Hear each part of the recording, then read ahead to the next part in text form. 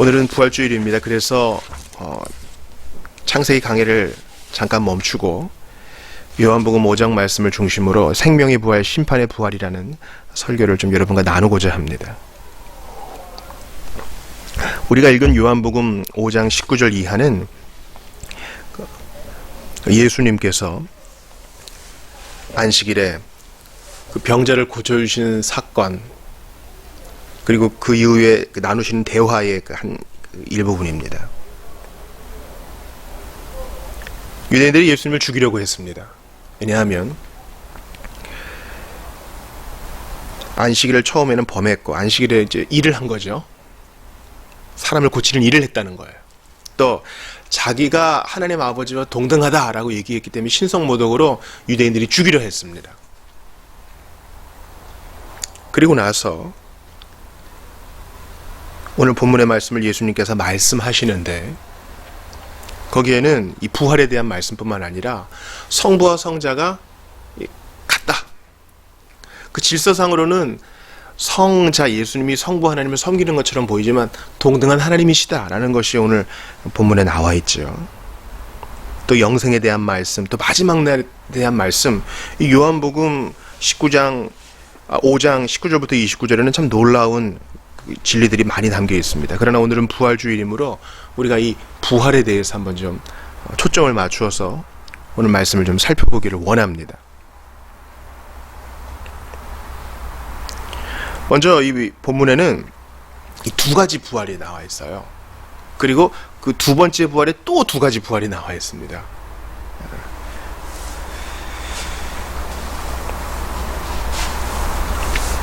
먼저 예수님께서 말씀하신 그 첫 번째 부활을 한번 살펴보죠. 25절을 보세요. 요한복음 5장 25절이요. 우리 같이 읽어보겠습니다. 시작. 진실로 진실로 너희에게 이르노니 죽은 자들이 하나님의 아들의 음성을 들을 때가 오나니 곧 이때라. 듣는 자는 살아나리라. 여기 보니까 듣는 자가 살아난다 라는 말씀, 이게 부활이죠. 왜냐하면 살아난다는 것은 죽었다는 것을 전제하니까요. 그리고 예수님께서 하나님의 아들의 음성을 듣는 자들이 바로 죽은 자들이라는 것을 말씀하시는 것으로 보아 이것은 예수님을 믿고 구원받는 것, 예수님을 영접하여 중생 얻는 것, 예수님을 믿고 회개하여 거듭나는 것을 말합니다. 그것을 부활로 예수님이 말씀하셔요. 우리가 에베소서 강해를 들을 때에 여러분 기억하셔요? 허물과 죄로 죽은 우리를 하나님께서 살리셨다 이렇게 말씀하셨잖아요. 즉 죄인은 어설프게 산 존재도 아니라 그래서 조금 아픈 정도가 아니라 허물과 죄로 죽어있는 상태라는 것입니다. 그리고 그에게 허물과 죄로 죽은 해골과 같은 뼈조각과 같은 그에게 하나님이 복음의 빛을 비추시고 성령의 생기를 불어넣으실 때 그가 이제 살아나는 거죠. 즉 예수 믿고 거듭나는 것을 부활로 설명하시는 것입니다. 예수님도 바울도 복음서와 서신서는 같은 메시지를 다루고 있는 거예요. 같은 맥락이 25절 바로 앞에 있는 24절에도 나와 있습니다. 같이 읽어볼게요. 5장 24절이요. 시작. 내가 진실로 진실로 너희에게 이르노니 내 말을 듣고 또 나 보내신 이를 믿는 자는 영생을 얻었고 심판에 이르지 아니하나니 사망에서 생명으로 옮겼느니라. 자, 이러한 부활을 얻으려면 조건이 있죠. 즉 예수님의 말씀을 듣고, 이것은 그냥 귀로만 듣는 것이 아니라 마음으로 받아들이는 것을 말합니다. 또 나 보내신 이를 믿는 자는 바로 예수 그리스도의 하나님 천지의 창조주를 믿으면 이미 영생을 얻었고 이미 영생을 소유하게 된다는 것입니다. 예수 믿고 하나님 아버지도 신뢰하면 영생을 가질 수 있다가 아니라 믿는 순간 영생을 가져 빼앗기지 아니한다. 부활하여 빼앗기지 아니한다. 예수님이 그렇게 말씀하셔요. 그리고 24절에도 또 부활에 대한 말씀이 있죠. 사망에서 생명으로 옮겼느니라. 이게 부활이죠. 그러니까 요한복음 5장 24, 25절에는 이 부활을 얘기하는데 그 부활은 무엇이냐? 바로 이 영적인 부활, 영적인 소생, 예수님을 믿고 영접하여 거듭나는 것, 새 생명이 들어오는 것, 심겨지는 것, 그것을 말하는 것입니다. 그것을 거듭난다, 또 중생한다, 다시 태어난다, 회심한다, 여러 가지 용어로 표현을 하는 것입니다. 그래서 24절 제일 끝을 보셔요. 사망에서 생명으로 옮겼느니라. 이미 옮겨졌다는 거예요. 예수님을 믿으면 곧 생명으로 옮겨질 것이다가 아니라 바로 그 순간 사망의 땅에서 생명의 땅으로, 지옥에서 낙원으로, 죽음에서 영생으로, 사탄의 중에서 하나님의 자녀로 그 순간 변화가 일어나는 것입니다. 그리고 취소되지 않습니다.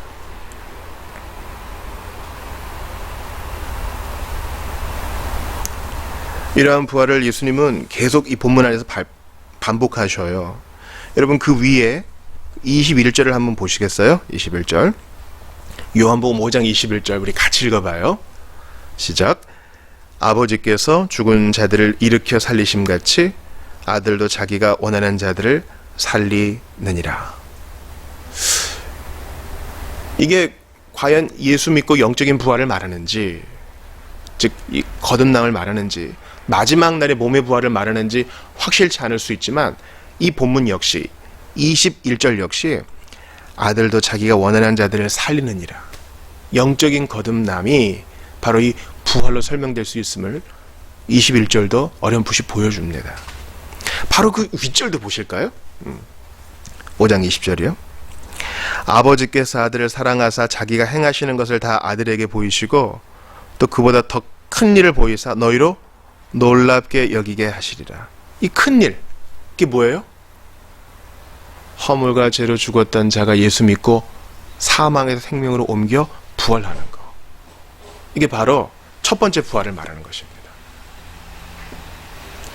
여러분, 예수님의 부활은 역사적인 사실이에요. 그분은 금요일 오전 9시에 십자가에 못 박히셨습니다. 그리고 오후 3시에 숨을 거두셨지요. 6시간 동안 끔찍한 고난을 겪으셨습니다. 그리고 그분은 이제 안식일을 준비해야 되므로 급히 장사되었고요. 금요일, 토요일을 지나 주일 아침에 새벽에 부활하셨죠.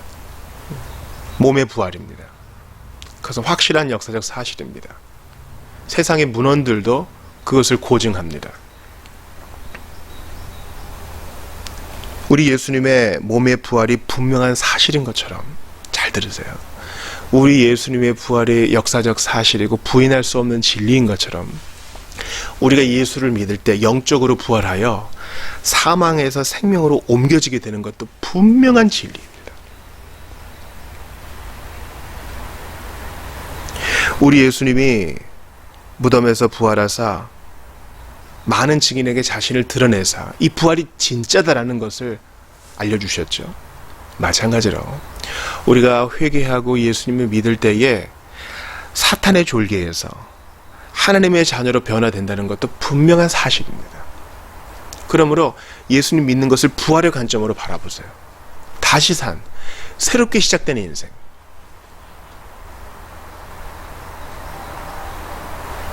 사실 모든 영혼은 불멸하지 않고 영원토록 존재합니다. 근데 어디에서 영생을 얻을 것이냐? 어디에서 영생을 보낼 것이냐? 어디에서 영원의 시간을 보낼 것이냐 하는 것은 이 부활의 답을 얻은 사람만이 자신 있게 답할 수 있죠. 사망에서 생명으로 옮긴 자는 하나님과 함께 주님의 나라에서 부활하여 영생을 보낼 것이고, 이 부활을 거절한 자, 즉 예수 그리스도를 밀어낸 자, 복음을 거부한 자는 지옥불에서 영생을 또 보낼 것입니다. 그러므로 지금 몸뚱이가 살아있는 것이 전부가 아닙니다. 우리의 영혼이 부활해야 합니다. 그러려면 어떻게 해야 돼요? 24절 말씀. 내 말을 듣고 또 나 보내신 이를 믿는 자. 이게 중요한 조건입니다. 여러분 예수님을 믿으세요? 예수님 말씀이 진실이라고 믿어지세요? 하나님 아버지를 믿으세요? 천지의 창조주 섭리자를 믿으세요? 그 믿음이 우리를 하나님 나라에서 영생을 보내게 합니다. 그 믿음이 우리를 사망에서 생명으로 옮기는 유일한 통로가 되는 것입니다. 그러므로 자신에게 질문하세요. 나는 정말 영적으로 부활했는가? 나 사망에서 생명으로 옮겼는데 사망의 땅에서 지내는 사람처럼 그렇게 오만상을 찌푸리면서 불평하면서 짜증을 내며 살고는 있지 않는가? 부활한 자답게 살고 있는가? 돌아보시기를 바랍니다. 오늘 본문이 말하는 또 두 번째 부활이 있습니다. 그것은 바로 27절 이하에 나와 있는데요. 오늘 설교의 제목이 담겨져 있는 29절 한번 같이 읽어보겠습니다. 29절 시작. 선한 일을 행한 자는 생명의 부활로, 악한 일을 행한 자는 심판의 부활로 나오리라. 여기에도 부활이 나오네요. 생명의 부활이 나오고 심판의 부활. 그래서 이렇게 부활한 자는 각각의 처소에서 영생을 보내게 되겠죠. 즉 하나님 나라에서의 영생이냐, 불구덩이 속에서의 영생이냐. 즉 앞에서 말한 영적인 변화, 영적인 부활과는 다른 몸의 부활을 말합니다. 몸의 부활. 자, 그 부활이 언제 일어나는지 바로 앞절 28절을 보겠어요. 28절. 요한복음 5장 28절입니다. 같이 읽습니다. 시작. 이를 놀랍게 여기지 말라. 무덤 속에 있는 자가 다 그의 음성을 들을 때가 오나니. 자, 무덤 속에 있는 자는 무엇입니까? 예수님께서 재림하시기 전까지 죽었던 모든 자들, 어떠한 영혼도 그냥 멸절되지 않는다 그랬죠. 다 일어나. 물론 묻힌 지 오래되거나 화장을 하거나 또 시체가 금방 훼손된 것들은 어떻게 부활합니까? 여러분 궁금하실 수 있지만 우리 하나님은 능력의 제한이 없으신 분이기 때문에 땅으로 하여금 내어놓아라 하면 다 그 영혼들이 일어날 것입니다. 다 심판받기 위해서 부활하여 주님 앞에 서게 될 것입니다. 다 그의 음성을 들을 때가 오나니. 다 심판자 대신 예수님 앞에 서게 되는 것이죠. 그때 오른쪽 왼쪽이 갈릴 것이에요. 칭찬 듣는 자와 저주받는 자가 갈릴 것입니다. 그러니까 이 부활은 바로 몸의 부활을 말하는 거예요. 우리가 사도신경, 니케아 신경 할 때 몸이 다시 사는 것을 믿습니다. 그렇게 고백하잖아요. 몸이 사는 것. 우리가 이것을 상당히 많이 간과합니다. 저도 그렇고 교회 생활에 익숙하신 분들은 뭐 영혼이 구원받는다 이렇게 얘기하는데 그것은 사실 틀린 말이라고도 할 수 있어요. 물론 영혼이 구원받는 것은 몸의 구원에 선행하고 몸의 구원까지 포함하는 말이기도 합니다. 그러나 우리가 구원받는 것은 몸과 영과 혼이 모두 전인적으로 구원을 받는 것이에요. 우리가 이제 주일학교 다니는 아이들에게 물어보면 너 예수님이 어디 계시니? 이렇게 물어보면 제 마음 가운데 계세요 이렇게 얘기합니다. 내 몸 가운데 계세요 이런 얘기는 잘 안 해요. 그러니까 언뜻 그래도 몸보다는 마음이 더 좋아 보이는 겁니다. 물론 이 마음이 우리의 전 인격의 중심 좌소라고 얘기할 때는 좀 다른 상황이 되겠지만 말이죠. 우리는 나도 모르게 그래도 영이 더 고상하지 않은가 그런 생각을 가지고 있어요. 근데 이것은 잘못된 신플라톤주의 사상입니다. 우리 예수님은 몸을 구속하기 위해도 오셨어요. 우리의 몸과 영과 혼을 다 구원하기 위해 오셨습니다. 늙어가는 몸, 죽어가는 몸, 쓰러지는 몸이 아니라 부활의 몸을 주시기 위해 이 땅에 오신 것입니다. 그래서 여러분 예수님이 부활하실 때 그냥 빈 무덤 남겨놓고 바로 승천하시면 되잖아요. 그러실 수도 있잖아요. 근데 그렇게 하지 않고 부활한 몸으로 제 아들에게 나타나시는 것을 꼭 기억하셔야 됩니다. 처음엔 제 아들이 잘 못 알아보죠. 그러니까 분명히 다른 몸이었을 거예요. 좀 자세히 봐야 알 수 있는 그런 몸. 그러나 분명히 만질 수 있는 몸, 먹을 수 있는 몸, 얘기하는 몸입니다. 그러니까 여러분 우리가 하나님 나라에서 영생을 살 때 영혼이 둥둥 떠서 그렇게 사는 것이 아니에요. 부활체, 몸의 부활을 경험하여 몸의 부활로 영생을 보내는 것이에요. 여러분, 그 29절에 심판의 부활이 나오잖아요. 바로 심판의 부활도 심판받을 몸이 있어야 고통을 겪는 거 아니에요? 그래야 형벌을 받지요. 그 불의 형벌, 소외의 형벌, 그 어두움의 형벌. 예수님은 부활하셔서 저희들에게 나타나셨는데 바로 몸으로 나타나셨습니다. 엠마오도상에서 제 아들과 동행하시고 실제로 떡을 떼시는 그 몸이에요. 그러나 다른 몸이에요. 한 번에 알아볼 수 없고 또 제 아들이 문을 걸어 잠궜지만 거기를 통과할 수 있는 그런 몸 말입니다. 잠자는 자들의 첫 열매, 부활의 첫 열매 되신 예수님이 그걸 보여주셨어요. 더 이상 병들지 않는 몸, 더 이상 시기 질투하는 마음을 담고 있지 않는 그런 몸, 뭐 좀 일 좀 하려 그러면 금방 피로해지는 그런 몸이 아니라 죄질 가능성을 농후하게 담고 있는 그런 몸이 아니라 부활체의 몸. 신자는 바로 그 몸을 얻게 되는 생명의 부활을 얻게 될 것입니다. 그래서 교리적으로는 이렇게 정리할 수 있겠습니다. 아직 예수님 재림하시기 전에 이 땅에서 죽는 신자들은 먼저 죽음과 동시에 그 영혼이 낙원으로 올라가고요, 예수님이 재림하실 때 같이 내려와 이 생명의 부활에 참여하여서 우리 주님의 왕국에서 영생을 보내게 될 것입니다. 그러나 물론 이 땅과 낙원에서의 시간 개념은 다르므로 우리가 교리적으로 이렇게 정리하였다고 해서 어떤 시간차까지 깔끔하게 정리할 수는 없지만 그렇게 정리는 하고 있으셔야 됩니다. 몸의 부활 분명히 있다. 우리도 예수님처럼 부활하게 될 것이다. 건강한 몸으로, 사랑할 수 있는 몸으로, 더 이상 죄와 슬픔으로 고통받지 않는 그런 몸으로 말입니다. 그래서 27절 보세요. 또 인자됨으로 말미암아, 이 인자는 다니엘서 12장 또 17장에 나오는 그 하나님의 아들이에요. 예수님을 가리키죠. 인자됨으로 말미암아 심판하는 권한을 주셨느니라. 예수님이 재림하셔서 딱 심판하실 때 우리 믿지 않는 자들은 하나님의 그 백보자 심판에서 정죄를 받을 것이고, 우리 예수 그리스도를 믿는 자는 주님의 심판대 앞에서 그 행한 대로 상을 받을 것입니다. 그러니까 믿는 자들은요, 예수님 믿고 회개한 자들은 이 심판이 두려움이 아니라 기쁨이에요. 생명의 부활로 새로운 몸을 선물로 받고 우리 주님과 영원토록 기쁨을 누릴 수 있는 시작이 되기 때문이지요. 이러한 믿음을 우리 구약에서 욥이 이렇게 얘기했습니다. 욥기 19장 26절에 보니까 내 가죽이 벗김을 당한 뒤에도 내가 육체 밖에서 하나님을 보리라. 즉 내가 이 땅에서 이렇게 고난 속에 죽는다 해도 나는 부활의 주님 만날 것이다. 하나님을 내가 보리라. 우리가 늙어 쓰러질 수밖에 없는 이 몸을 벗어난 이후에도 나는 나입니다.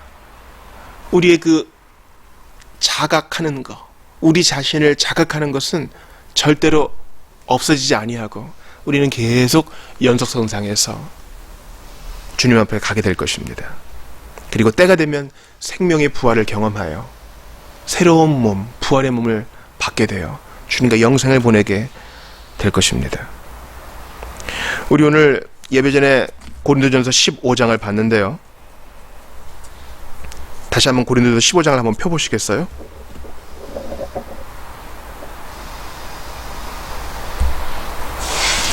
고린도전서 15장 17, 18, 19절을 우리 한번 같이 읽어보겠습니다. 고린도전서 15장 17, 18, 19절입니다. 그리스도께서 다시 살아나신 일이 없으면 너희의 믿음도 헛되고 너희가 여전히 죄 가운데 있을 것이요, 또한 그리스도 안에서 잠자는 자도 망하였으리니 만일 그리스도 안에서 우리가 바라는 것이 다만 이 세상의 삶뿐이면 모든 사람 가운데 우리가 더욱 불쌍한 자이리라. 즉 부활이 없다면 신자는 제일 불쌍한 사람이라는 겁니다. 이제 설교를 마무리하며 여러분에게 한번 물어봅니다. 신자 여러분, 성도 여러분, 불쌍하게 삽니까?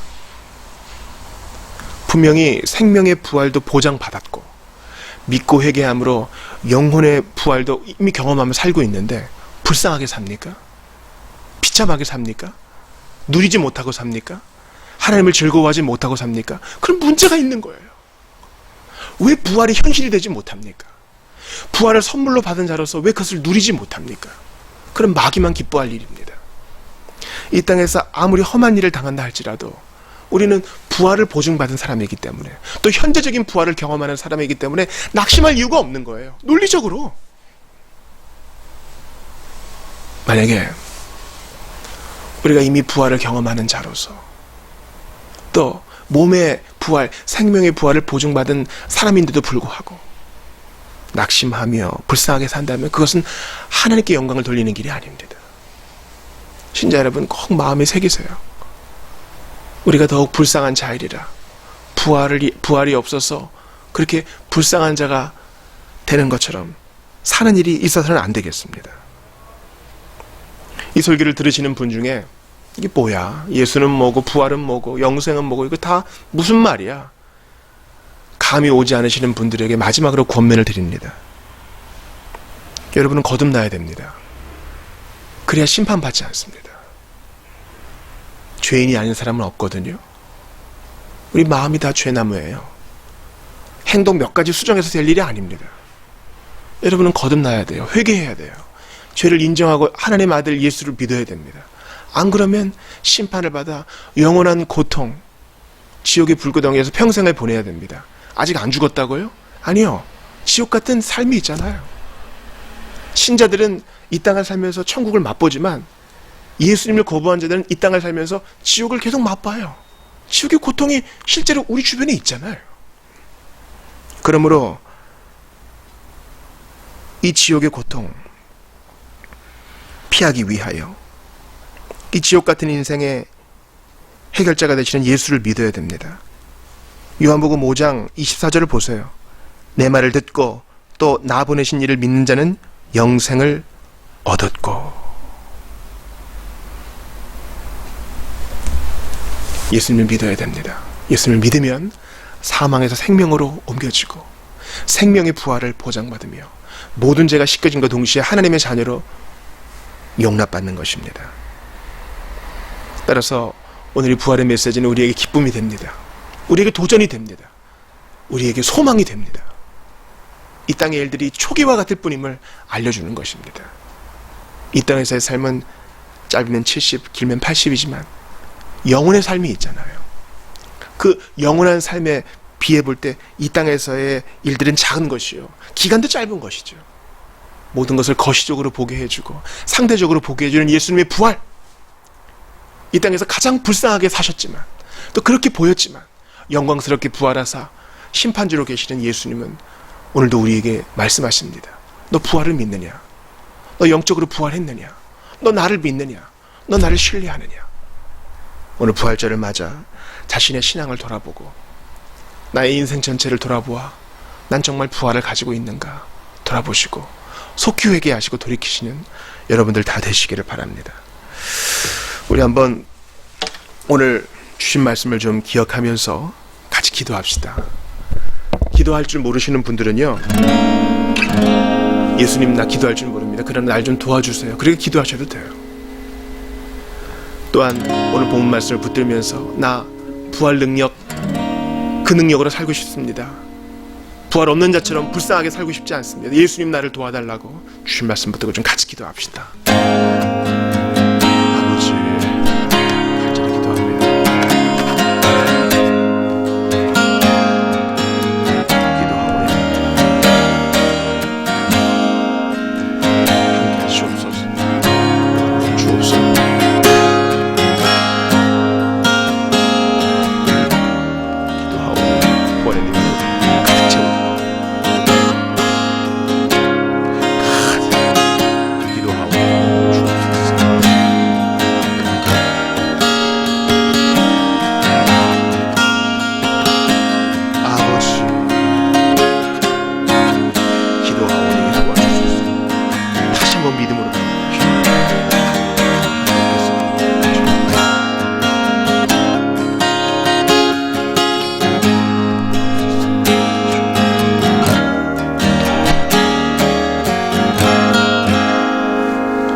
하나님, 오늘 요한복음 5장을 통하여 이 부활절 메시지를 받게 하시니 감사합니다. 영적인 부활, 신자들이 소유했는데 이 부활을 향유하며 살고 있는지 들어봅니다. 또 아직까지 사망에서 생명으로 옮겨지지 못한, 영적인 부활을 경험하지 못한 우리 비신자들 속히 돌아오게 하시옵소서. 주님, 사망의 부활 그리고 생명의 부활이 있다 하셨습니다. 주님은 영혼만 구원하신 것이 아니라 몸도 구원하셔서 부활체로 영생을 보내게 하신다고 하셨는데, 그때를 생각하며 상상하며 위안을 받게 하시고 이 땅을 눈물 골짜기 살아가는 우리 모든 신자들이 현재적인 천국을 경험하며 이겨내게 하시옵소서. 부활을 생각하며 모든 것을 인내하게 하시고 간절히 바라고 원합니다. 이 메시지를 들은 자들 중 어느 누구도 예수님 재림하실 때에 책망 듣지 아니하도록 속히 회개하고 돌이켜 그리스도를 믿고 남은 평생 주님만 의지하게 하여 주옵소서. 나라가 어렵습니다. 주님, 백신 개발과 치료에 애쓰는 모든 자들 위로하시고 위정자들도 붙들어 주시며 선거 가운데도 함께 하시되 우리 신자들이 더욱더 믿음 가운데 거할 수 있도록 속히 기쁜 날을 주시옵소서. 부활의 첫 열매가 되시는 예수 그리스도 이름으로 기도하옵나이다. 아멘.